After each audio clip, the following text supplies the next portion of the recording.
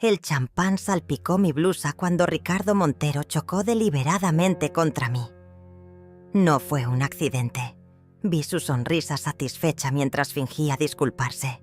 «Eleonora, por Dios, mira lo que has hecho», exclamó Verónica, mi nuera, como si yo hubiera provocado el incidente. «Es un vestido de diseñador». La mujer afectada, esposa de algún socio importante de mi hijo, me miró con disgusto mientras limpiaba su carísimo vestido. La fiesta de aniversario del bufete de abogados se congeló por un instante. 20 pares de ojos fijos en mí, la vieja torpe que no debería estar allí. «Lo siento mucho», murmuré, aunque sabía perfectamente que no había sido mi culpa. «Siempre lo mismo», susurró Verónica lo suficientemente alto para que todos la escucharan. «Te dije que era mala idea traerla, Alejandro. Ya no está para estos eventos». Mi hijo se acercó rápidamente, su rostro una máscara de falsa preocupación que apenas ocultaba su vergüenza. «Mamá, ¿estás bien? Quizás deberías descansar». «Estoy perfectamente», respondí, enderezando mi espalda. «No estoy cansada ni confundida. Y no tropecé con nadie». Ricardo me empujó deliberadamente. Un silencio incómodo cayó sobre la elegante sala. Ricardo Montero, socio de mi hijo y vecino del 12B, rió con condescendencia. «Verónica, creo que tu suegra necesita sus medicinas. Está imaginando cosas». Otra risa general. «Cruel, humillante. No estoy imaginando nada», insistí, mirándole directamente. «Mamá, por favor», intervino Alejandro, tomándome del brazo con más fuerza de la necesaria. «Estás haciendo una escena. Suéltame, Alejandro», dije sin alzar la voz, pero con una firmeza que sorprendió a mi hijo. «No soy una niña ni una demente. Sé exactamente lo que pasó». «Esto es ridículo», espetó Verónica. Luego, dirigiéndose a los invitados con una sonrisa forzada. «Disculpen a mi suegra. Desde que falleció su esposo... Bueno, ha estado algo desorientada. La edad, ya saben». «Tengo 68 años, no 100», respondí. «Y tengo todas mis facultades intactas». «Por supuesto que sí, querida», dijo Luciana, la presidenta del condominio, con ese tono que usaría para hablarle a un niño o a un perro. «Todos tenemos días difíciles. ¿Por qué no vas a tu habitación? Te traeré un té». «No quiero un maldito té», respondí perdiendo finalmente la paciencia. «Quiero que se me trate con respeto». El silencio fue absoluto. Era como si hubiera pronunciado la peor de las obscenidades. «Mamá». La voz de Alejandro temblaba por la rabia contenida. «Es suficiente. Estás avergonzándonos a todos». ¿Yo los avergüenzo? ¿Y qué hay de ti, Alejandro? ¿No te avergüenza cómo permites que traten a tu madre? ¿Cómo tu esposa me habla como si fuera una niña? ¿Cómo tus amigos me empujan y se ríen? ¡Basta!, gritó perdiendo finalmente los estribos. «No todo gira alrededor tuyo. Esta noche es importante para mí, para mi carrera. ¿No puedes simplemente no ser un problema por una vez?» Sus palabras me golpearon más fuerte que cualquier bofetada física. Un problema. Eso era yo para mi hijo. Un problema. Un inconveniente. Una carga. Matías, mi nieto de 16 años, que hasta entonces había permanecido en un rincón con su teléfono, dio un paso adelante. «Papá, eso fue cruel. Tú no te metas», le cortó Verónica. «Esto no es asunto tuyo. Es mi abuela», respondió el chico desafiante. «Y tiene razón. Todos la tratáis como si fuera invisible o estúpida. Es repugnante». «A tu habitación. Ahora», ordenó Alejandro señalando el pasillo. Matías me miró con impotencia, pero yo asentí levemente. No quería que se metiera en problemas por defenderme. El chico se retiró, no sin antes lanzar una mirada de desprecio a sus padres. «Yo también me retiro», anuncié con toda la dignidad que pude reunir. «Disfruten de su velada». Mientras caminaba hacia mi habitación, el antiguo cuarto de servicio reconvertido apresuradamente para mí, escuché las disculpas apresuradas de mi hijo a sus invitados. «Perdonen el espectáculo, mi madre. Está pasando por un proceso difícil. La vejez, ya saben. A veces confunde las cosas, inventa situaciones». Las risas incómodas y los murmullos de falsa comprensión me siguieron por el pasillo. Cerré la puerta de mi habitación y me senté en el borde de la cama, sin derramar una sola lágrima. No les daría esa satisfacción, aunque no pudieran verme. Nadie en ese lujoso edificio, ni siquiera mi propia familia, podía imaginar que estas manos temblorosas que ahora apretaban con rabia las sábanas habían desentrañado los crímenes más complejos del país durante 3 décadas, que esta mente que todos consideraban senil y confusa había dirigido el Departamento Forense de la Policía Nacional, que yo, Eleonora Vega, la anciana a quien todos trataban como un estorbo, había sido temida y respetada por criminales y admirada por mis colegas. Pero eso era antes de que el caso Riverós destruyera mi carrera, antes de que Manuel muriera repentinamente de un infarto, antes de convertirme en una carga para mi hijo y su perfecta familia en su perfecta vida. Lo que ellos no sabían es que algunas habilidades nunca se olvidan y que a veces ser invisible es el mayor poder que puedes tener. Me encerré en mi habitación, el antiguo cuarto de servicio reconvertido apresuradamente para mí, y me senté en el borde de la cama. El colchón demasiado blando hizo protestar a mi columna. Recordé nuestra casa, mi casa, vendida apresuradamente tras la muerte de Manuel. «Es demasiado grande para ti sola, mamá», había dicho Alejandro. «Estarás mejor con nosotros». Pero la verdad era que el valor de la propiedad resultó muy conveniente para las inversiones de mi hijo. Manuel hubiera cumplido 70 años el próximo mes. Llevábamos 45 años casados cuando un infarto se lo llevó mientras podaba el pequeño rosal que habíamos plantado juntos en nuestro aniversario. «Fue instantáneo», dijeron los médicos, como si eso fuera un consuelo.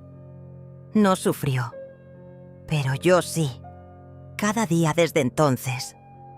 Nuestra vida juntos había sido buena, tranquila. Él nunca entendió completamente mi trabajo, pero lo respetaba. Sabía cuándo no preguntar sobre un caso difícil, cuándo dejarme espacio para pensar, cuándo simplemente abrazarme después de un día particularmente oscuro. Fue él quien me sostuvo cuando el caso Riverós me quebró, cuando decidí dejarlo todo, cuando las pesadillas comenzaron. Después de su muerte, la soledad en nuestra casa se volvió insoportable. Cada rincón guardaba un recuerdo, cada objeto me recordaba a él. Quizás por eso acepté tan fácilmente la propuesta de Alejandro de vender la casa y mudarme con ellos. Quizás necesitaba escapar de los fantasmas. Irónico que ahora viviera rodeada de personas que me trataban como si fuera un fantasma. Mi hijo Alejandro, mi único hijo, había crecido para convertirse en un extraño. Abogado exitoso, casado con la perfecta Verónica, padre del brillante Matías. Su vida era un anuncio de revista, el apartamento de lujo, los viajes internacionales, los amigos influyentes. En algún punto del camino, había empezado a avergonzarse de su madre, la ex policía de modales sencillos y ropa pasada de moda. Verónica, mi nuera, arquitecta de interiores y experta en apariencias, nunca había ocultado su incomodidad conmigo. Para ella, yo era un elemento que no encajaba en su meticulosamente diseñada vida. Demasiado ordinaria, demasiado directa, demasiado vieja. Al menos tenía a Matías, mi nieto de 16 años. Él era diferente, rebelde, curioso, con una sensibilidad que sus padres no comprendían. Era el único que a veces se colaba en mi habitación para escuchar mis historias, el único que parecía verme realmente. Me levanté y me acerqué a la pequeña ventana que daba al jardín comunitario. Abajo, la vida del condominio Altos del Simdosmasios Parque seguía su curso. Luciana, la presidenta de la junta vecinal, daba instrucciones a los jardineros con esa arrogancia característica suya. Los Montero caminaban hacia el área de la piscina, ella con su eterno bronceado artificial, él con su postura de superioridad. La señora Sandoval paseaba a su pequeño perro diseñado para no molestar a nadie, igual que ella. Todos ellos me habían ignorado desde el primer día. Al principio intentaron ser corteses, invitándome a tomar té o a las reuniones del club de lectura. Pero pronto descubrieron que yo no encajaba en su mundo de frivolidades y apariencias. Era demasiado directa, demasiado observadora, demasiado policía, a pesar de los años de retiro. Y entonces comenzaron las pequeñas humillaciones, las miradas de desdén, los comentarios condescendientes. Eleonora, querida, ese vestido era encantador. ¿En qué década? Necesitas ayuda para usar el ascensor. Estos botones modernos pueden ser confusos para personas de cierta generación. Hablemos más despacio para que Eleonora pueda seguir la conversación. Cada palabra, cada gesto, diseñados para hacerme sentir obsoleta, inútil, invisible. Y yo les había dejado creer que funcionaba. Les había permitido pensar que era solo una anciana confundida y frágil, incapaz de valerse por sí misma. Mucho menos de observar, analizar y comprender lo que sucedía a su alrededor. Pero entonces comenzaron los robos, y todo cambió. Después del funeral vino el verdadero desafío: la soledad. Una soledad invasiva que llenaba cada rincón de nuestra casa, con ecos de risas que ya no sonaban, con el fantasma de pasos que ya no recorrían los pasillos, con la ausencia de esos pequeños rituales cotidianos que habíamos construido juntos a lo largo de décadas. El crujido de su mecedora favorita, el olor de su café por las mañanas, el sonido de sus ronquidos suaves que tanto me molestaban y que ahora daría cualquier cosa por volver a escuchar. La casa que una vez fue nuestro refugio se convirtió en un museo de recuerdos. Cada objeto, una reliquia de lo que habíamos sido. Cada habitación, un mausoleo para nuestra vida compartida. Me descubría hablando sola, preguntándole a Manuel cosas triviales como dónde había dejado las llaves o qué deberíamos cenar, solo para que el silencio me recordara una y otra vez que ya no estaba allí para responderme.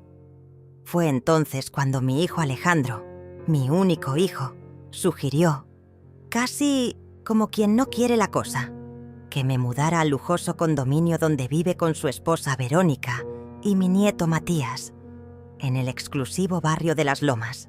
«Mamá, estarás mejor con nosotros», dijo con una sonrisa que no llegaba a sus ojos. Esa mirada que conozco desde que era pequeño y mentía sobre quién había roto el jarrón de la sala. «La casa es grande, hay personal de servicio y estarás acompañada. No es bueno que sigas sola». En aquel momento, débil y vulnerable como estaba, vi en su oferta un salvavidas, un camino para escapar del naufragio en que se había convertido mi vida. Ahora entiendo que aquella invitación fue más por obligación que por deseo, más por culpa que por amor, más por apariencias que por preocupación genuina. Para Alejandro, un abogado prominente del bufete más prestigioso de la ciudad, tener a su madre viuda viviendo sola era casi una mancha en su imagen pública, tan cuidadosamente cultivada. Si hubiera sabido lo que me esperaba, quizás hubiera preferido la soledad de mi vieja casa. Pero el amor de madre es ciego, y yo solo quería estar cerca de lo único que me quedaba en este mundo. La primera humillación llegó el mismo día de mi mudanza. Estaba desempacando algunas fotografías cuando escuché a Verónica hablar por teléfono en la cocina. Sí, ya sabes. Ahora tenemos a la madre de Alejandro viviendo aquí. Es una situación temporal. Su voz bajó a un susurro, pero en el silencio de la casa nueva, cada palabra resonaba como un grito. Está cada vez más senil. No podíamos dejarla sola. Espero que no sea por mucho tiempo. Hay residencias muy buenas para ancianos. Senil. La palabra me golpeó como una bofetada. Había dirigido equipos enteros de investigación en casos que desconcertaban a la policía. Había descifrado enigmas que parecían imposibles. Y ahora era solo una anciana senil para mi nuera. Intenté adaptarme. De verdad lo intenté. Pero en el condominio Altos del Parque, donde vive la élite de la ciudad, una mujer como yo no encajaba. En las reuniones sociales junto a la piscina, me volvía invisible. Las conversaciones morían cuando me acercaba. Las miradas se desviaban. Las sonrisas se congelaban. Señora Eleonora, ¿no cree que hace demasiado sol para usted? Podría hacerle daño a su edad, me dijo una vez Luciana, la presidenta de la Junta de Vecinos, una mujer de unos 50 años, impecablemente conservada por el bisturí. Su falsa preocupación escondía un mensaje claro. No te queremos aquí. Otro día, mientras esperaba el ascensor, escuché risas detrás de mí. Eran Ricardo y Patricia Montero, nuestros vecinos del 12B. ¿Viste cómo se viste? Parece que sacó la ropa de un baúl de los años 80, comentó Patricia sin disimular. Si yo llego a esa edad, por favor, recuérdame que hay que saber retirarse, con dignidad, respondió Ricardo. Y ambos rieron como si yo no estuviera allí, como si fuera un mueble viejo que nadie quiere pero que está ahí, ocupando espacio. En mi propia casa, las cosas no eran mejores. Verónica reorganizaba todo lo que yo tocaba, como si mis manos contaminaran su perfecta decoración minimalista. Mi hijo estaba siempre demasiado ocupado con su trabajo en el bufete de abogados para notarlo.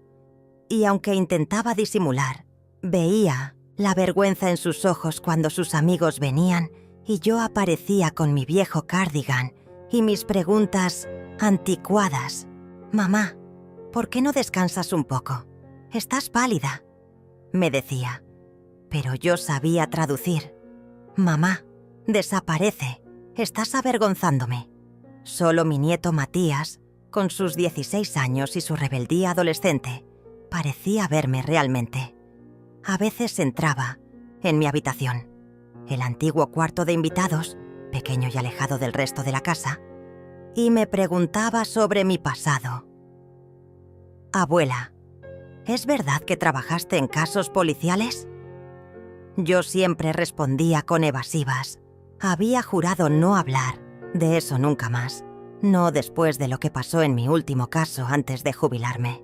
Algunos secretos son demasiado oscuros, incluso para compartirlos con quienes amamos. La situación empeoró durante la fiesta de aniversario de Alejandro y Verónica. Yo había pasado días preparando un regalo especial. Un álbum con fotografías, restauradas de toda la vida de Alejandro, incluidas algunas de su padre que él nunca había visto. Me había costado semanas de trabajo, horas buscando en negativos antiguos, aprendiendo a usar programas de edición digital con mis dedos torpes. Cuando llegó el momento de los regalos, Verónica apenas miró el álbum. «Oh, qué tradicional, Eleonora. Gracias», dijo con una sonrisa tensa, dejándolo a un lado rápidamente para abrir el siguiente regalo. Más tarde, durante la cena, intenté participar en una conversación sobre política internacional, un tema que siempre me había apasionado.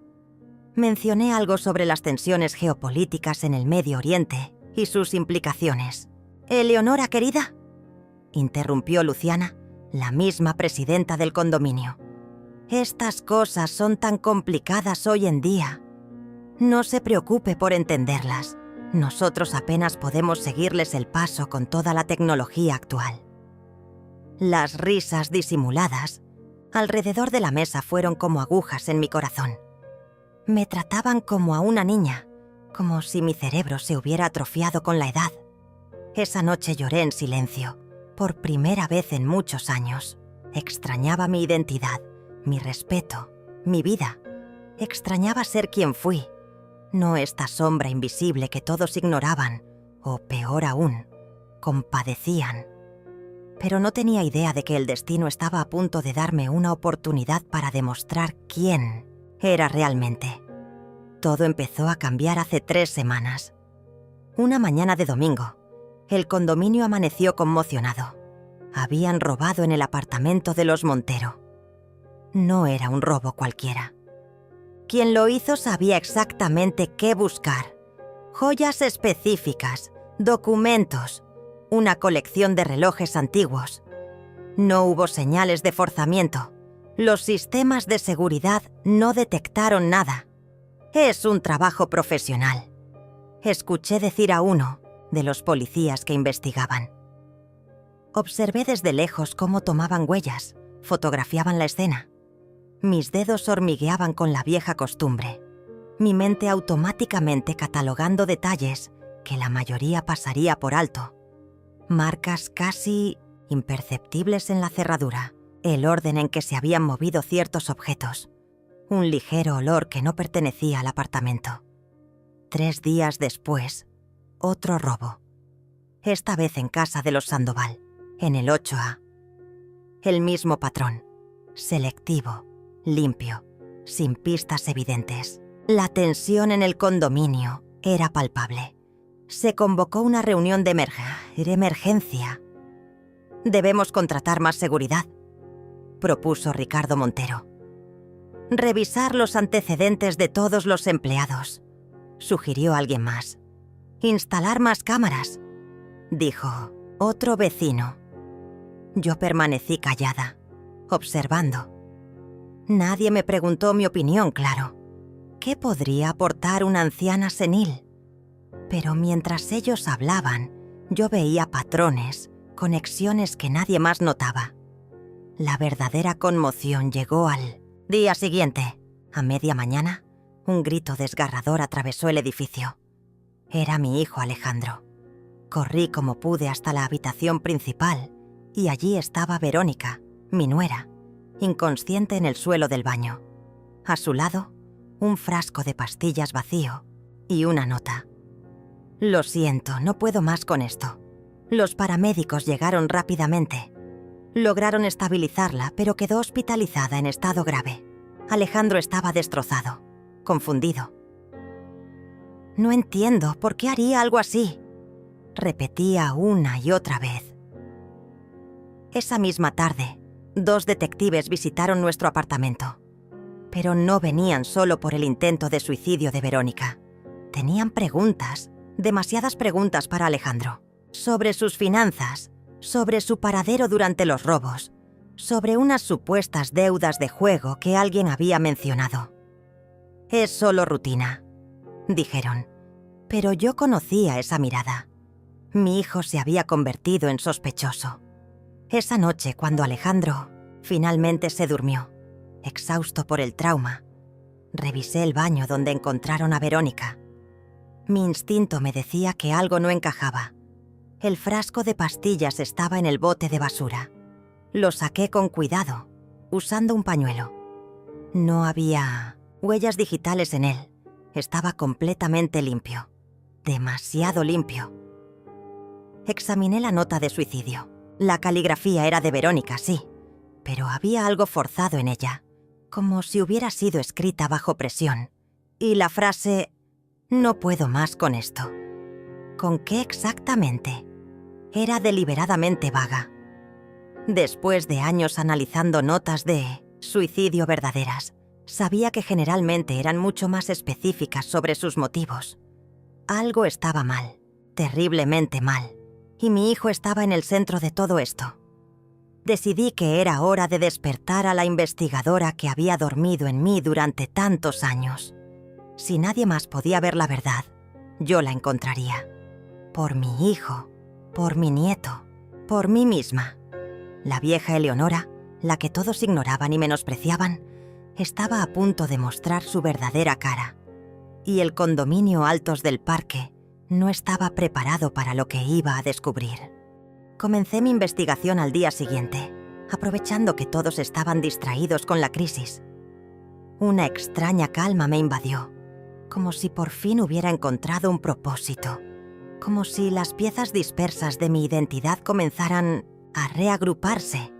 Era como despertar de un largo letargo, como si la sangre fluyera nuevamente por venas que creía atrofiadas. Primero necesitaba información, y sabía exactamente dónde buscarla. En toda comunidad, en toda estructura social, siempre hay personas invisibles como yo, a quienes nadie presta verdadera atención, pero que lo ven todo. Los ojos y oídos que registran lo que sucede en las sombras. Los testigos silenciosos de lo que ocurre cuando las máscaras caen. El conserje del edificio, don Hernando, un hombre de unos 70 años con ojos cansados, pero increíblemente atentos, me había sonreído amablemente desde el primer día que llegué al condominio, mientras los otros residentes apenas lo saludaban o directamente lo ignoraban. Yo siempre me detenía a conversar con él. No era estrategia, sino simple humanidad. Quizás porque reconocía en él a un igual, a otro ser humano relegado a las sombras por el simple paso del tiempo. Don Hernando había trabajado en el edificio por más de 3 décadas. Había visto familias crecer, matrimonios romperse, fortunas hacerse y deshacerse. Conocía cada secreto del lugar, cada esqueleto escondido en cada armario. Éramos invisibles de la misma manera. Él por su uniforme que lo convertía en parte del mobiliario a ojos de los residentes. Yo por mis canas y mis arrugas que me volvían un objeto decorativo. Casi un mueble antiguo, heredado que nadie sabe dónde colocar, pero que tampoco se atreven a desechar. Pero la invisibilidad tiene sus ventajas. Como dicen en mi profesión, las personas hablan con más libertad cuando creen que nadie importante está escuchando. Y tanto don Hernando como yo habíamos escuchado mucho durante todos estos meses. Esa mañana preparé un termo con café recién hecho. Añadí un toque de canela. Un pequeño detalle que había descubierto que le encantaba a don Hernando. Y bajé a la recepción cuando sabía que estaría solo. Durante el cambio de turno del personal de limpieza, me tomé mi tiempo en bajar por las escaleras, en lugar del ascensor. Mi cadera protestaba con cada escalón, pero prefería el dolor físico a la posibilidad de encontrarme con algún vecino que pudiera cuestionar mis movimientos. «Buenos días, don Hernando». Le saludé con una sonrisa genuina, extendiendo el termo humeante. «Le traje un poco de café. Pensé que podría necesitarlo después de estos días tan agitados». Sus ojos gastados se iluminaron al verme, o quizás al ver el café. Una sonrisa amplia reveló unos dientes desiguales pero bien cuidados. «Doña Eleonora, qué amable». No tenía que molestarse. Tomó el termo con manos callosas que hablaban de una vida de trabajo duro. «Con todo lo que está pasando, casi nadie se acuerda de que seguimos aquí, manteniendo todo en orden». Me apoyé ligeramente en el mostrador, adoptando un aire casual. «Debe ser difícil para usted toda esta situación con los robos. El ambiente está tan tenso». Don Hernando miró a ambos lados y bajó la voz, acercándose un poco más a mí. «Ni se imagina, doña Eleonora», suspiró, dando un sorbo a la bebida caliente. 30 años trabajando aquí y nunca había pasado algo así. Solíamos ser como una gran familia. Todo el mundo se conocía, se saludaba. Ahora todos sospechan de todos. Los del 5B dejaron de hablarle a los del 5A porque creen que ellos saben algo y no lo dicen. La señora Fuentes cambió todas las cerraduras de su apartamento, hasta instaló una cámara apuntando a su puerta, como si fuéramos delincuentes. Asentí comprensivamente, saboreando ese pequeño momento de complicidad. «Es natural tener miedo», comenté. «Pero quizás usted, con su experiencia y su, digamos, posición privilegiada, ha notado algo extraño últimamente. Cualquier detalle, por pequeño que sea, podría ser importante». Sus ojos se iluminaron, no solo sorprendido, sino genuinamente complacido de que alguien valorara sus observaciones. Se irguió un poco, como si de repente recordara que él también era importante, que sus percepciones tenían valor. Me recordó a los testigos que entrevisté durante años, personas comunes con información extraordinaria que solo necesitaban que alguien les diera permiso para compartirla. Ahora que lo menciona, doña... comenzó, acariciando pensativamente su bigote canoso. He visto algunas cosas que no cuadran. Por ejemplo, el señor Montero. Tan correcto él, siempre con sus trajes impecables, presumiendo de su puntualidad. Germánica. Normalmente llega a las 8 de la noche. Ni un minuto más, ni uno menos. Pero las semanas antes del robo en su apartamento, llegaba muy tarde, a veces de madrugada. Lo sé porque me toca el turno nocturno 3 días a la semana. Y siempre oliendo a alcohol, desaliñado, como si viniera de una juerga. Nada que ver con su imagen de empresario ejemplar. Interesante, murmuré, casi para mí misma. ¿Alguien más ha mostrado cambios en sus rutinas? Don Hernando dio otro sorbo al café, claramente disfrutando de su momento como informante clave. La señora Sandoval, del 8A, donde fue el segundo robo. Ha estado recibiendo visitas cuando su esposo no está. Un caballero que nunca se identifica, siempre con gafas oscuras, incluso dentro del edificio, y un sombrero. Muy elegante, pero algo sospechoso. Llega en un auto con vidrios polarizados que nunca estaciona aquí. Solo la deja y se va. Regresa horas después, a veces quedándose hasta muy tarde. Y no ha intentado identificarlo. Por protocolo del edificio, imagino. Pregunté, fingiendo inocencia. Lo intenté una vez. Le pedí su identificación como dicta el reglamento. Pero la señora Sandoval apareció de inmediato, muy alterada, y me aseguró que era su primo, que venía a ayudarla con unos trámites. Me ordenó, no pidió, que nunca más lo molestara o reportaría mi incompetencia a la administración. Hizo una pausa, visiblemente incómodo. Necesito este trabajo, doña Eleonora. A mi edad, ¿quién me contrataría? Coloqué mi mano sobre la suya, en un gesto tranquilizador. Lo entiendo perfectamente, don Hernando, y agradezco su confianza. Hice una pausa, considerando si debía hacer la siguiente pregunta. Finalmente me decidí. ¿Y mi nuera? ¿Ha notado algo diferente en ella últimamente? Don Hernando dudó, la incomodidad evidente en su rostro. Sus dedos jugueteaban con el termo, sus ojos evitando los míos. Casi podía escuchar el debate interno en su cabeza. Revelar información sobre la familia de quien te está tratando amablemente no es fácil, pero a estas alturas del partido, los dos sabíamos que no estábamos teniendo una charla casual. «Puede decirme la verdad», le animé. «Si hay algo que deba saber sobre mi familia, prefiero escucharlo ahora». Finalmente, después de lo que pareció una eternidad, sus hombros cayeron en señal de rendición y respondió en voz tan baja que tuve que inclinarme para escucharlo. La vi discutiendo con la señora Luciana en el estacionamiento del sótano, hace unos días, justo antes del incidente. Nunca había visto a la señora Verónica así. Parecía amenazadora, furiosa. Golpeaba con el dedo el pecho de la señora Luciana, y aunque no pude escuchar todo lo que decían, alcancé a oír algo como «hasta aquí llegaste» y se terminó el juego. La señora Luciana parecía asustada, algo que nunca había visto en ella. ¿Está seguro de esto, don Hernando? Pregunté, sintiendo cómo las piezas comenzaban a encajar en un patrón que aún no podía interpretar completamente. Asintió solemnemente. Tan seguro como que estamos aquí, doña Eleonora. Y hay algo más. Se acercó aún más, su voz apenas un susurro. La noche anterior al supuesto intento de suicidio de la señora Verónica, vi a la señora Luciana subir al piso de ustedes.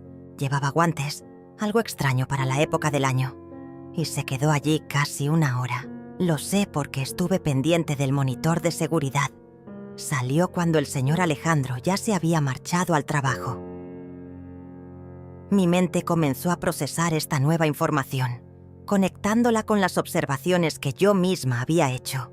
Había algo oscuro tejido entre los hilos de la vida aparentemente perfecta del condominio Altos del Parque. Y, de alguna manera, mi familia estaba enredada en esa telaraña.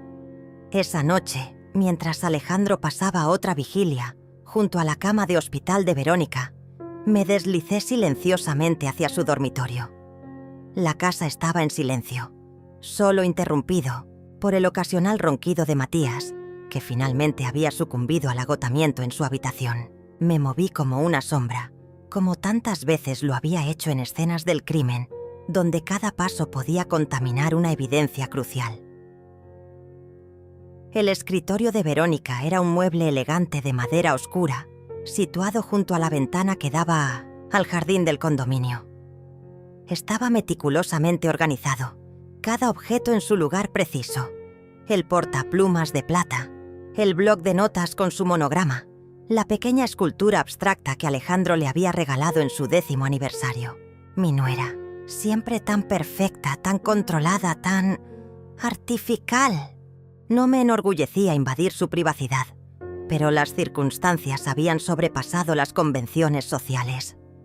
Esto ya no era sobre cotilleos o curiosidad malsana.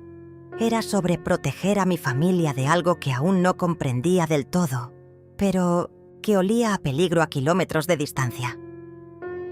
Mis viejos instintos, dormidos pero no muertos, me gritaban que había mucho más en juego de lo que parecía a simple vista. Examiné los cajones uno por uno, cuidadosa pero eficientemente. Los 2 primeros contenían lo esperado: material de oficina, facturas ordenadas por fecha, algunos folletos de publicidad. El tercero, sin embargo, tenía algo peculiar. El fondo parecía ligeramente más elevado que en los otros cajones. Pasé mis dedos por los bordes, sintiendo una casi imperceptible ranura.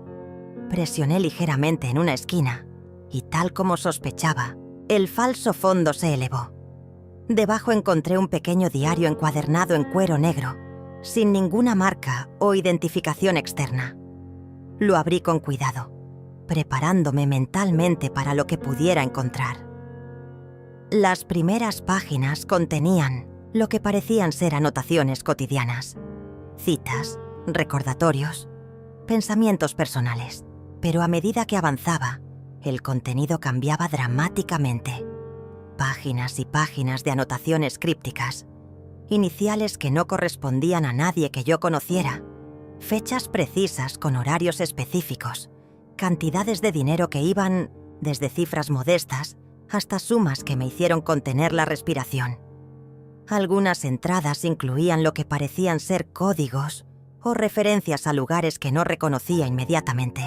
Todo estaba escrito en la pulcra caligrafía de Verónica, pero el contenido parecía pertenecer a otra persona, a una vida paralela y secreta que mi nuera había mantenido oculta de todos nosotros.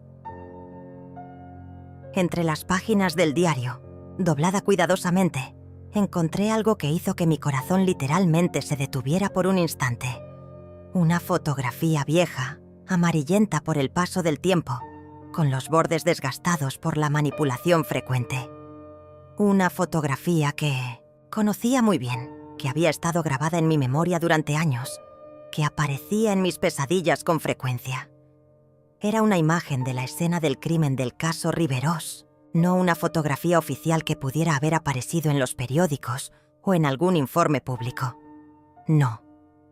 Era una de las fotografías restringidas, tomadas por mí misma, que mostraba un detalle específico que nunca se reveló a los medios: la particular disposición de las manos de la víctima, formando lo que parecía ser un símbolo o un mensaje. Un caso de hace 15 años, mi último caso antes de retirarme. Un caso que nunca se resolvió oficialmente. El único fracaso de mi carrera que me atormentó hasta empujarme a la jubilación anticipada. Mis manos comenzaron a temblar, pero esta vez no era por la edad. Era miedo, mezclado con una ráfaga de adrenalina que no sentía desde mis días activos como investigadora. ¿Cómo tenía Verónica esta fotografía? ¿Qué sabía ella sobre el caso Riveros? ¿Cómo se conectaba mi nuera con el fantasma que me había perseguido durante todos estos años? Junto a la fotografía había una pequeña nota escrita a mano. Recuerda nuestro trato.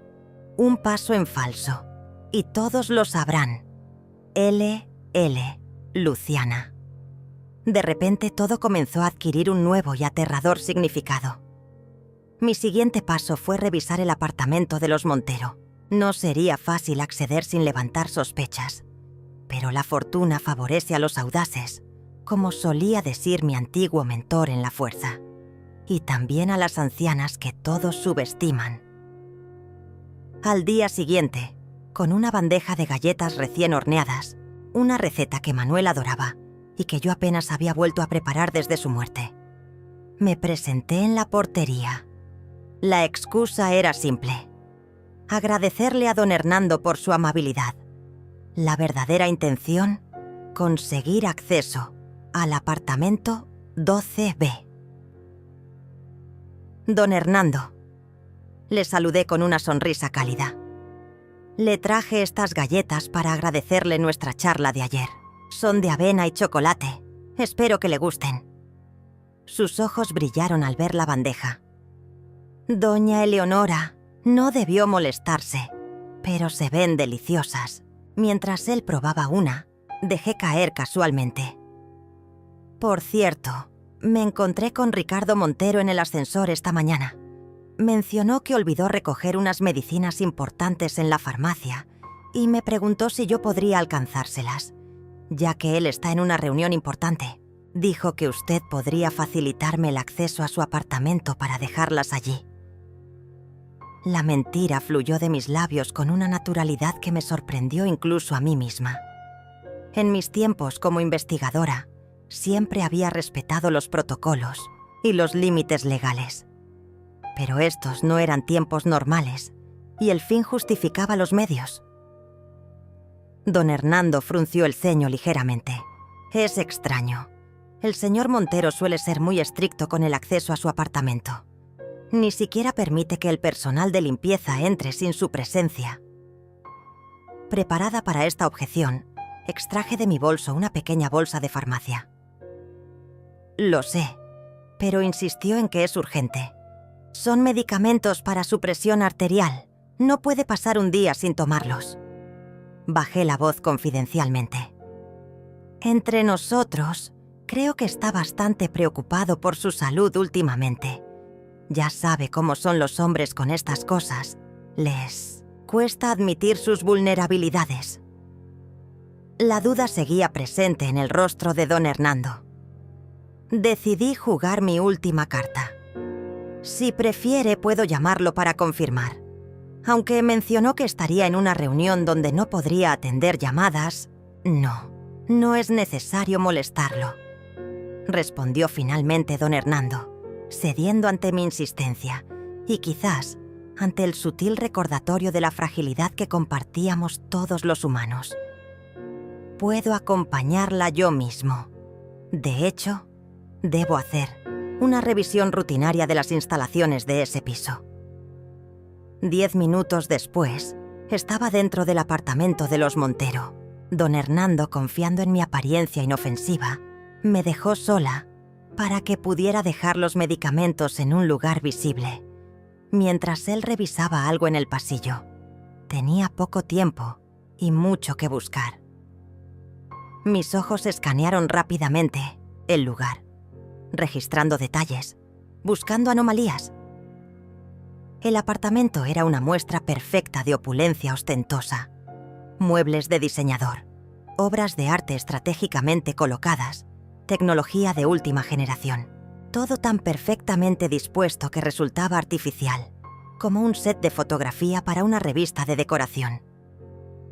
Me dirigí directamente al estudio, la habitación donde, según mi experiencia, la gente tiende a guardar sus secretos más importantes. El escritorio era imponente, de madera maciza. Detrás, tal como esperaba, un cuadro abstracto que desentonaba ligeramente con el resto de la decoración. Demasiado grande, demasiado llamativo. Lo moví con cuidado, revelando exactamente lo que sospechaba. Una caja fuerte, empotrada en la pared. Lo interesante no era la existencia de la caja en sí. Muchos residentes del edificio tendrían una similar. Sino el estado en que se encontraba. La puerta estaba ligeramente entreabierta y el interior completamente vacío. Pero no había sido forzada. No había marcas de herramientas ni daños en el mecanismo. Quien abrió esa caja conocía la combinación. Examiné el área circundante, buscando cualquier pista. En la papelera del estudio, parcialmente llena de papeles triturados, distinguí algo fuera de lugar. Trozos de un documento rasgado a mano, no por una trituradora. Pacientemente, como en los viejos tiempos cuando reconstruíamos evidencia fragmentada, recogí cada pedazo y los extendí sobre el escritorio. Era como armar un rompecabezas sin imagen de referencia, pero mis manos recordaban el procedimiento, encontrando coincidencias entre bordes irregulares, siguiendo el patrón de las líneas de texto. Media hora después tenía gran parte del documento reconstruido, lo suficiente para entender de qué se trataba. Lo que vi me dejó helada. Era un informe de investigación privada sobre mi hijo Alejandro. No cualquier investigación, sino un seguimiento exhaustivo, profesional, con fotografías de alta resolución tomadas con teleobjetivo, transcripciones de conversaciones, registros de movimientos. El informe documentaba encuentros de Alejandro en lugares que no coincidían con sus supuestos viajes de negocios. Bares de mala muerte en zonas peligrosas de la ciudad. Reuniones clandestinas con individuos de aspecto sospechoso. Intercambios de paquetes y sobres. Una de las fotografías mostraba a Alejandro con una mujer joven, bellísima, con un aire de peligrosa sofisticación. Claramente no era Verónica. Estaban en lo que parecía ser la habitación de un hotel de lujo, en una actitud íntima innegable. La fecha en la esquina de la foto correspondía con el supuesto viaje de Alejandro a un congreso internacional de derecho el mes pasado. Mi hijo estaba metido en algo turbio, algo que iba más allá de una simple aventura extramatrimonial.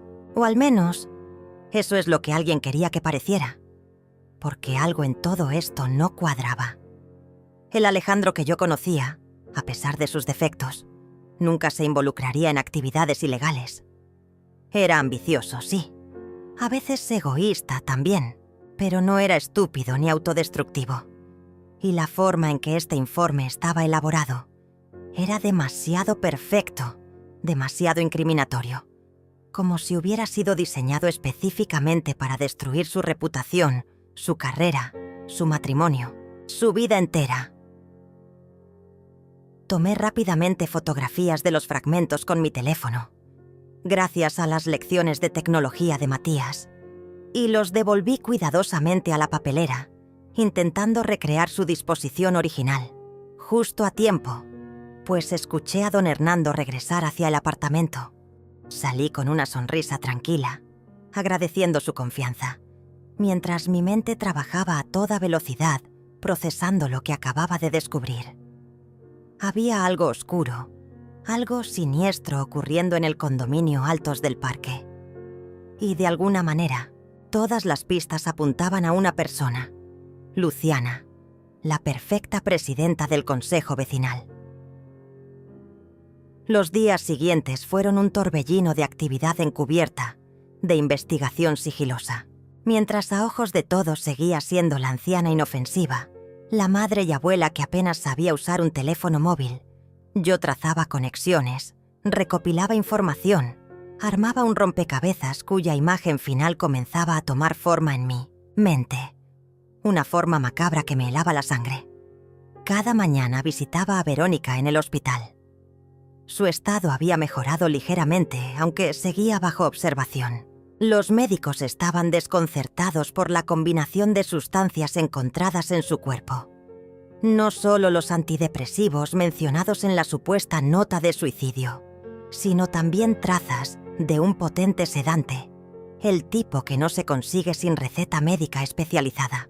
Alejandro se turnaba entre el hospital, el trabajo y las constantes visitas de los detectives que parecían cada vez más convencidos de su culpabilidad. Mientras fingía ser la anciana preocupada, pero algo confundida que todos esperaban ver, yo observaba, escuchaba, analizaba. En las salas de espera del hospital, en los pasillos del condominio, en las reuniones improvisadas de vecinos alarmados por los acontecimientos. Recogía miradas, gestos, palabras casuales que para otros pasarían desapercibidas, pero que, para mí, entrenada durante décadas en el arte de la observación, eran revelaciones significativas. Una tarde seguí discretamente a Luciana cuando salió del condominio. Fue un desafío físico considerable. Mis rodillas protestaban, mi cadera dolía, mi respiración se volvía pesada cuando intentaba mantener el ritmo. Pero la adrenalina y la determinación pueden hacer maravillas, incluso en un cuerpo gastado por los años. Luciana se dirigió al centro de la ciudad, a un café discreto pero elegante en una calle poco transitada. Iba impecablemente vestida como siempre, pero había algo diferente en ella, una tensión en sus movimientos que traicionaba su apariencia serena. Encontró una mesa en la terraza y esperó, consultando nerviosamente su reloj cada pocos minutos. Yo me instalé en una mesa alejada, con un sombrero de ala ancha y gafas de sol que había comprado específicamente para esta ocasión. Pedí un té y fingí leer un libro mientras observaba cada uno de sus movimientos. Media hora después, un hombre de unos 60 años, de aspecto severo y mirada penetrante, se unió a ella. Lo reconocí inmediatamente, aunque habían pasado más de una década desde la última vez que lo vi.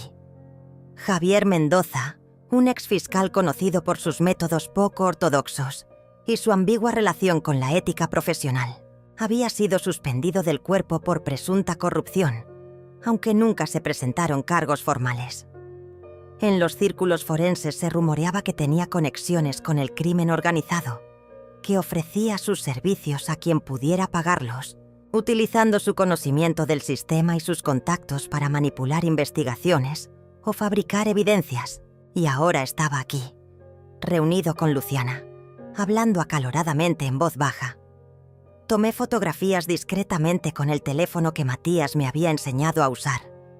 Mi nieto, sin saberlo, se había convertido en mi aliado más valioso, enseñándome pacientemente a utilizar aplicaciones de fotografía, grabación y mensajería que ahora resultaban invaluables.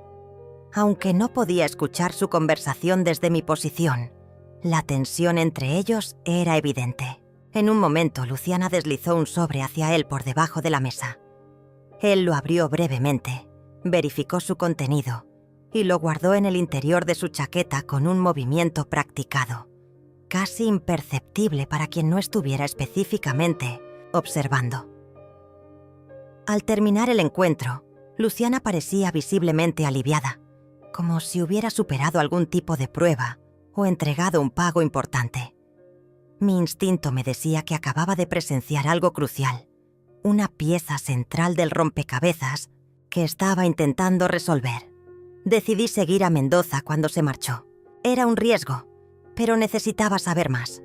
Lo seguí a prudente distancia hasta un edificio de oficinas en el distrito financiero. Un letrero discreto en la entrada indicaba Mendoza & Asociados, consultores legales. Una fachada perfecta para Lo que sospechaba era un negocio mucho más turbio. De regreso en casa, exhaustada pero con la mente clara y enfocada como no la había tenido en años, organicé mis hallazgos. En mi pequeña habitación, lejos de miradas indiscretas, había creado un mapa mental del caso. Nombres, conexiones, eventos cronológicos, todo cuidadosamente anotado en un cuaderno que ocultaba entre mi ropa cuando no lo estaba usando. El patrón que emergía era inquietante. Luciana parecía estar en el centro de todo. Los robos, el ataque a Verónica, las sospechas sobre Alejandro. Todo apuntaba a una elaborada conspiración orquestada por la perfecta presidenta del condominio. Pero me faltaba el motivo, la pieza crucial que explicaría por qué una mujer aparentemente respetable, adinerada y poderosa estaría dispuesta a arriesgarlo todo para destruir a mi familia. La respuesta, sospechaba, estaba relacionada con esa vieja fotografía del caso Riverós que había encontrado entre las pertenencias de Verónica. Un caso que me había perseguido durante años, un fantasma de mi pasado que, de alguna manera, había regresado para atormentarme. Cuando Verónica finalmente despertó completamente en el hospital, 3 días después del incidente, pedí verla a solas. Los médicos habían confirmado lo que yo ya sospechaba. No había sido un intento de suicidio real. La cantidad de pastillas ingerida no era suficiente para ser letal. Y las marcas de inyección que encontraron en su brazo, casi invisibles pero detectables para un ojo experto, sugerían que alguien la había sedado. Alejandro se resistió inicialmente a dejarme a solas con ella. «Mamá, está muy débil todavía. No creo que sea el momento para visitas», argumentó. «Hijo», le respondí con firmeza, «necesito 10 minutos con tu esposa. Hay algo importante que debo preguntarle. Algo que podría ayudar a aclarar todo este embrollo». Finalmente accedió, aunque a regañadientes. Cuando entré en la habitación, Verónica estaba sentada en la cama, pálida pero despierta. Al verme, una sombra de aprensión cruzó su rostro. Nunca habíamos sido cercanas, pero ahora percibía algo más en su mirada. Miedo, quizás. O culpa. «Eleonora», murmuró, intentando incorporarse un poco. No esperaba verla. «Hay muchas cosas inesperadas sucediendo últimamente, ¿no crees?», respondí sentándome en la silla junto a su cama. Fui directa al grano, sin rodeos. No era momento para cortesías vacías. «Sé que estás metida en algo peligroso», le dije. «Y sé que tiene que ver con ese viejo caso que encontré entre tus cosas». Su rostro palideció aún más, un logro considerable dado que ya estaba blanca como el papel. «No sé de qué habla», intentó negar, pero su voz temblorosa la traicionaba. «Vi la fotografía en tu escritorio, Verónica. La fotografía del caso Riverós. Una fotografía que nunca se hizo pública, que solo unas pocas personas en el mundo han visto. Nadie sabe de ese caso excepto quienes estuvimos directamente involucrados». Verónica apartó la mirada, sus manos apretando nerviosamente la sábana del hospital. Por un momento pensé que se negaría a hablar, que mantendría su fachada de ignorancia. Pero entonces, inesperadamente, comenzó a llorar. No eran lágrimas de manipulación o autocompasión, sino de auténtico terror. «Va a matarme si hablo», sollozó, su voz apenas audible. «¿Quién?», insistí, aunque ya sospechaba la respuesta. «Luciana». El nombre salió como un suspiro, cargado de miedo.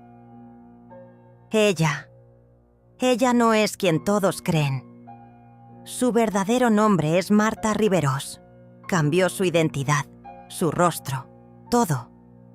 Se ha sometido a cirugías plásticas extensivas. Ha estado planeando esto por 15 años, paciente, meticulosamente. Marta Riverós. El nombre cayó sobre mí como un balde de agua helada, confirmando mis peores sospechas. La hermana de Carlos Riverós, la víctima principal en mi último caso. La mujer que juró vengarse de todos los involucrados cuando el caso quedó oficialmente sin resolver. La persona que desapareció sin dejar rastro el mismo día que su hermano fue enterrado. ¿Cómo te involucró a ti?, pregunté, aunque ya comenzaba a sospechar la respuesta basada en lo que había descubierto en mi investigación. Verónica se secó las lágrimas con manos temblorosas. Parecía aliviada de poder hablar finalmente, como si hubiera estado cargando un peso insoportable durante demasiado tiempo. Hace aproximadamente un año, me abordó después de una reunión del consejo vecinal. Me invitó a tomar un café. Algo casual. Nos hicimos amigas, o eso creí yo. Comenzó a confiarme pequeños secretos, a hacerme sentir especial, incluida en su círculo íntimo que todos en el condominio ambicionaban. Hizo una pausa, como recordando. Un día me mostró unas fotografías de Alejandro. Las fotografías con la mujer en el hotel. Completé, confirmando mis hallazgos. Verónica asintió, sorprendida de que yo lo supiera.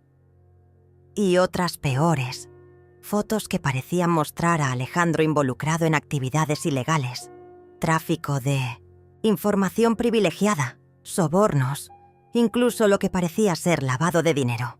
Me dijo que tenía pruebas de que Alejandro estaba utilizando el bufete como fachada para operaciones ilegales. Las fotos eran falsas, afirmé con seguridad. Eso no lo supe hasta mucho después. Al principio, estaba devastada, furiosa. Luciana, Marta, se aprovechó de eso. Me ofreció ayudarme a obtener un divorcio ventajoso, a proteger a Matías, a asegurar mi futuro. A cambio, quería información sobre ti. ¿Sobre mí?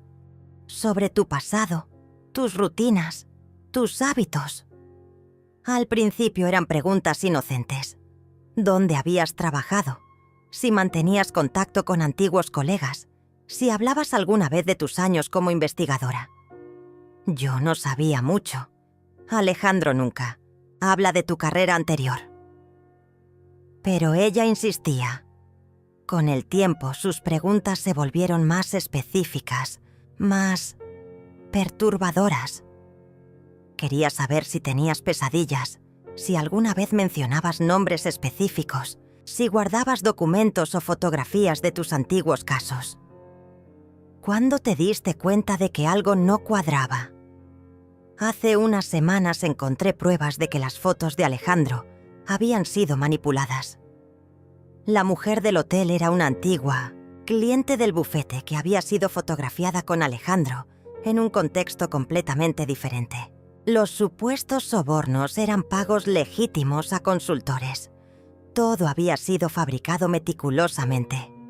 Y la confrontaste, deduje, recordando lo que don Hernando me había contado sobre la discusión en el estacionamiento. Sí, fue estúpido, lo sé ahora. Pero estaba tan furiosa, tan traicionada. Le dije que sabía la verdad, que iba a denunciarla. Amenazó con destruirnos a todos. Dijo que tenía pruebas contra Alejandro que enviaría a la policía, a sus socios en el bufete, a los medios. Pero lo peor fue cuando mencionó a Matías. ¿Qué dijo sobre mi nieto?, preguntó, sintiendo una nueva oleada de indignación y miedo. Dijo que Matías ya era parte de su plan, que lo había estado cultivando durante meses, que él le proveía información sobre nosotros, sin siquiera saberlo. Y luego me mostró fotos de él entrando a lugares peligrosos, reuniéndose con personas cuestionables. Dijo que podía hacer que lo arrestaran por posesión de drogas en cualquier momento, que tenía todo preparado. La pieza final del rompecabezas encajó en mi mente. Mi familia entera estaba siendo manipulada como piezas en un juego perverso de ajedrez. Un juego que había comenzado mucho antes de que cualquiera de nosotros fuera consciente de estar participando. Después de esa confrontación, continuó Verónica, me sentí vigilada constantemente. Empecé a notar pequeños cambios en la casa. Objetos movidos del lugar, archivos en mi computadora que parecían haber sido abiertos. Intenté alertar a Alejandro, pero estaba tan absorto en un caso importante y sonaba tan paranoico todo. ¿Quién creería que la respetable Luciana, pilar de nuestra comunidad, era en realidad una impostora obsesionada con la venganza? Yo te creo, le aseguré tomando su mano entre las mías. Y vamos a detenerla. ¿Cómo? Tiene contactos poderosos, influencia. Ese hombre con quien se reúne, Mendoza. Lo conozco. La interrumpí. Es un exfiscal corrupto que ahora vende sus servicios al mejor postor. Lo he visto antes. Ella lo contrató para fabricar las pruebas contra Alejandro, para manipular la investigación de los robos, para asegurarse de que todas las sospechas recayeran sobre él.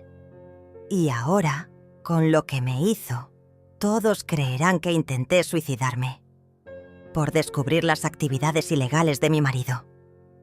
Lo tenía todo planeado, murmuré, más para mí misma que para ella.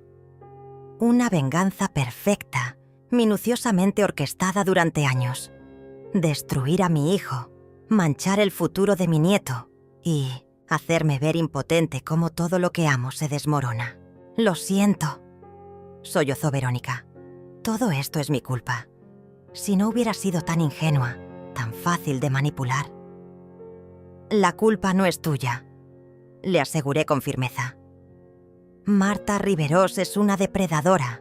Ha convertido su dolor en un arma y su único objetivo es causar más dolor. Pero se equivocó en algo fundamental. ¿En qué? Una sonrisa lenta, la primera genuina en mucho tiempo, se dibujó en mi rostro. Se equivocó al subestimarme. Cree que soy una anciana indefensa, una sombra de la investigadora que fui. No sabe que algunas habilidades nunca se olvidan, que algunas llamas nunca se extinguen del todo. Dejé a Verónica descansando, con la promesa de proteger a nuestra familia y la advertencia de mantener nuestra conversación en absoluto secreto. Al salir del hospital, una nueva determinación ardía en mi interior. La vieja Eleonora, la que todos habían dado por desaparecida bajo capas de arrugas y canas, estaba despertando y tenía un plan. Esa noche no pude dormir. Marta Riverós, la mujer que había jurado vengarse de mí, había estado viviendo en el mismo edificio, vigilándome, planeando su venganza meticulosamente. Los robos, el falso intento de suicidio de Verónica, las sospechas sobre Alejandro. Todo era parte de su plan. Al día siguiente, cuando volví al condominio, encontré a Matías esperándome en mi habitación, con una expresión de pánico. «Abuela, tengo que hablar contigo. Es sobre Luciana. Creo que está planeando algo terrible». Mi nieto había estado haciendo sus propias averiguaciones. Como muchos adolescentes, era experto en tecnología y había logrado acceder a los correos electrónicos de Luciana. Está organizando una reunión de emergencia esta noche. Mira estos correos. Habla de una solución final al problema. La cuenta regresiva había comenzado. Tenía que actuar rápidamente. Llamé a un antiguo colega, el único en quien todavía confiaba. Le conté todo y pedí su ayuda. Mientras tanto, preparé cuidadosamente mi plan. Esa noche la sala de reuniones del condominio estaba llena. Todos los vecinos presentes, incluyendo a Alejandro, recién llegado del hospital. Matías insistió en acompañarme. Y allí estaba Luciana, o mejor dicho, Marta Riverós, presidiendo la reunión con una sonrisa de falsa preocupación. Como todos saben, estamos pasando por una situación crítica, comenzó. Los robos, el incidente con Verónica. Necesitamos tomar medidas drásticas. Tengo información que sugiere que el responsable podría estar entre nosotros. Todos se miraron nerviosos. Sentí la mano de Matías apretar la mía.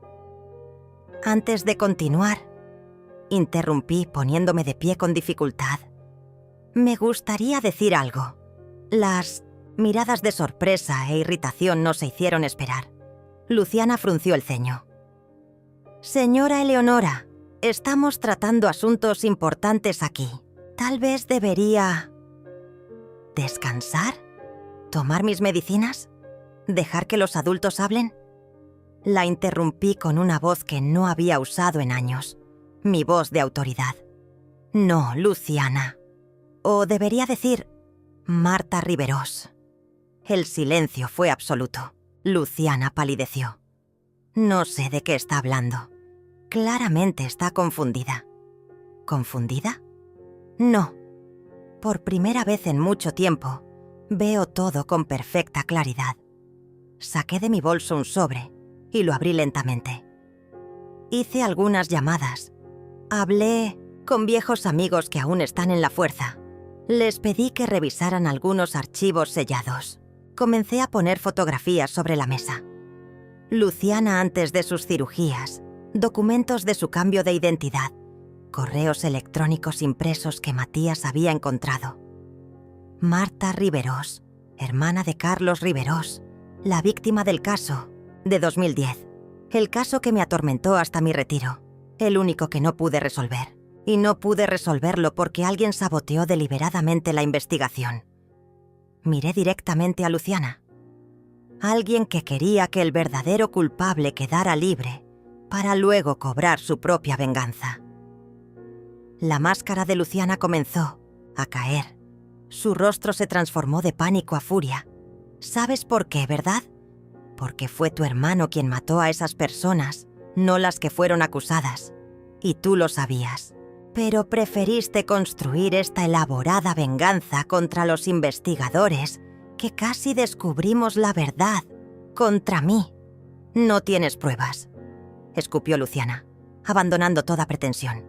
¿Eso crees? Sonreí. Mientras todos me ignoraban, mientras me trataban como una vieja senil, yo observaba, recopilaba información, conectaba los puntos y reinstalé algo que todos ustedes olvidaron que existía. Hice una seña a Matías, quien encendió su tableta. En la pantalla apareció un video de seguridad. Luciana entrando al apartamento de los Montero la noche del robo, usando la llave maestra. Otro video la mostraba saliendo del apartamento de Verónica, justo antes de que la encontraran inconsciente. Cámaras antiguas, instaladas hace años y olvidadas durante las renovaciones. Pero yo las recordaba y las reactivé con la ayuda de mi nieto. Oh, y esto. Saqué un pequeño dispositivo de mi bolsillo. Una grabadora. La misma que usé durante años en mis investigaciones. La llevé conmigo el día que visitaste a Verónica en el hospital. La voz de Luciana resonó en la sala. Nadie te creerá. Eres solo una vieja. Terminaré lo que empecé. Tu hijo irá a la cárcel, tu nuera a un manicomio, y tú verás cómo todo lo que amas se destruye, igual que yo lo vi. El caos se desató en la sala. La policía, que había estado esperando mi señal, entró para arrestar a Luciana. En medio de la confusión vi a mi hijo mirándome con una mezcla de asombro y arrepentimiento. Mamá, yo no sabía. Todos estos años. Lo sé, hijo, lo sé. Mientras Luciana era escoltada fuera, se detuvo frente a mí. ¿Cómo? ¿Cómo lo descubriste todo? Sonreí tristemente. Cometiste el error más común de todos, subestimar a una persona mayor. Verás, cuando envejeces, te vuelves invisible. La gente habla frente a ti como si no existieras. Compartes secretos pensando que no entiendes. Y yo nunca dejé de ser quien era. Solo esperaba el momento adecuado para demostrarlo. En los días siguientes, todo cambió. La verdad sobre Luciana salió a la luz. Los robos habían sido parte de su plan para plantar evidencia contra Alejandro. Las supuestas deudas de juego eran falsas. fabricadas para dar un motivo. La aventura era real, pero Alejandro ya había terminado con ella, buscando salvar su matrimonio. Verónica se recuperó completamente y, aunque su relación con Alejandro necesitaría tiempo para sanar, había un nuevo comienzo para ambos. En cuanto a mí, ya no era la anciana invisible. Los vecinos me saludaban con respeto, algunos incluso con admiración. Ricardo Montero me pidió disculpas públicamente por su comportamiento. ¿Sabe qué es lo más triste, señor Montero? Le dije que hizo falta que resolviera un crimen para que me vieran como una persona digna de respeto. Una tarde, mientras el sol se ponía sobre el jardín del condominio, Matías se sentó a mi lado. Abuela, ¿por qué nunca nos contaste sobre tu trabajo, sobre quién eras realmente? Suspiré, mirando hacia el horizonte. Cuando me retiré, quería dejar todo eso atrás. Pensé que era mejor ser solo una abuela, una madre. No quería que las sombras de mi pasado los alcanzaran, pero me di cuenta de que al intentar protegerlos, escondí una parte esencial de mí misma. «Eres increíble», dijo mi nieto con admiración. «Deberías escribir un libro o algo así». Reí. «Tal vez lo haga. Aún tengo muchas historias que contar». Alejandro se nos unió, trayendo tazas de té. Se sentó lentamente, todavía procesando todo lo ocurrido. «Mamá, no sé cómo pedirte. Perdón, la forma en que te tratamos, cómo permitimos que te sintieras. No es solo tu culpa, hijo. Es cómo nuestra sociedad ve a los mayores. Pero quizás esta sea una oportunidad para cambiar eso, al menos entre nosotros». Esa noche, mientras me preparaba para dormir en mi habitación, que Alejandro había insistido en reubicar a una más amplia y luminosa, miré mi reflejo en el espejo. Las arrugas seguían ahí, el cabello seguía blanco, las manos seguían arrugadas, pero la mujer que me devolvía la mirada ya no era invisible. Era fuerte, era valiosa, era yo misma, completa por primera vez en muchos años. Me humillaron por ser vieja, es cierto. Pero cuando llegó el momento, demostré que la edad no determina el valor de una persona, sino la fuerza de su espíritu y la agudeza de su mente. Y esa es una lección que, espero, ninguno de ellos olvidará jamás. En mis casi 7 décadas de vida, he aprendido que los finales raramente son definitivos. Son solo pausas, respiros antes de que comience un nuevo capítulo. Y el mío, a pesar de lo que todos pensaban, apenas está comenzando.